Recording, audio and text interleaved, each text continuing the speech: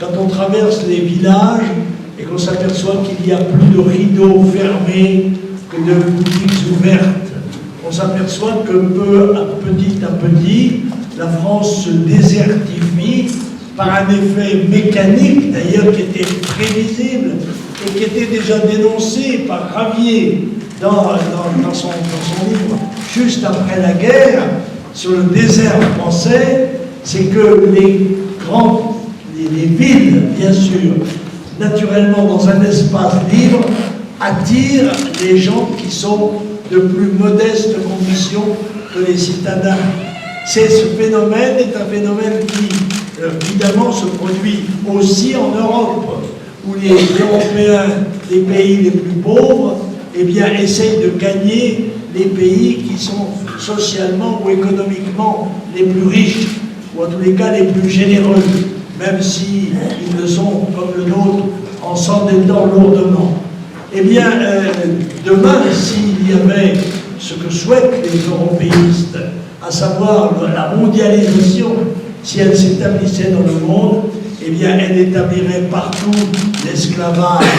L'esclavage dont on vous parle aujourd'hui comme d'une religion, n'est-ce pas, les anti-esclavagistes évoquant des réalités qui datent d'il y a 2 siècles, alors que l'esclavage est sous leurs yeux, qu'ils ne foutent pas d'ailleurs le monopole des transporteurs de Bordeaux ou de Nantes, car pour qu'il y ait des esclaves à transporter, il fallait qu'il y ait des gens qui viennent les vendre.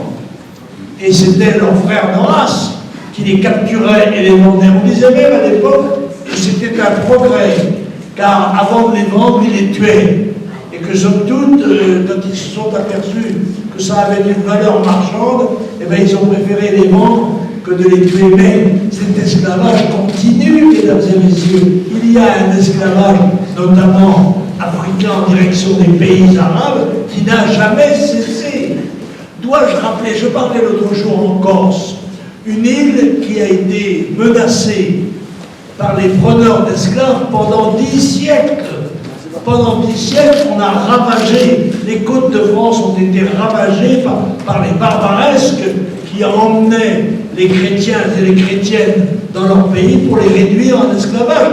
Quand l'armée française est arrivée a pris Alger en 1830, elle a libéré 30 000 esclaves chrétiens qui étaient prisonniers. Par conséquent, qu'on ne vienne pas nous raconter d'histoires sur les évocations, les cérémonies et tout cela. Nous savons bien dans quel but elles sont organisées. C'est dans le but de culpabiliser la France, de culpabiliser le peuple français et de l'amener à,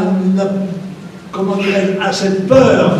Alors il y a un truc aussi que vous oubliez très souvent, je sais que ça va pas vous plaire, mais il faut quand même le dire, hein, parce que c'est quand même important, c'est comment c'est fini l'esclavage.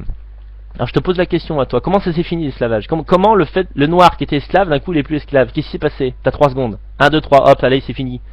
Il n'y a pas eu un combat, noir versus blanc gigantesque, titanesque, hein, qui a conduit à la victoire des Noirs, hein, qui à la suite de ça se sont libérés de leur chaîne. Non, c'est pas comme ça que ça s'est passé, gars. Hein. C'est nous qui vous avons enchaîné et c'est nous qui vous avons libéré de vos chaînes. Tu vois? T'es là genre, tiens toi t'es mon esclave. Ouais d'accord. Tiens toi t'es plus mon esclave. Ouais d'accord. Tiens t'es mon esclave. Ouais d'accord. Tiens t'es plus mon esclave. Ouais d'accord. Allez, je veux plus te voir. Je veux plus te voir. D'accord monsieur. C'est comme ça que ça s'est passé, tu vois. 500 millions d'esclaves noirs n'ont pas réussi à s'unir pour péter la gueule à leur maître. Ça fait réfléchir quand même.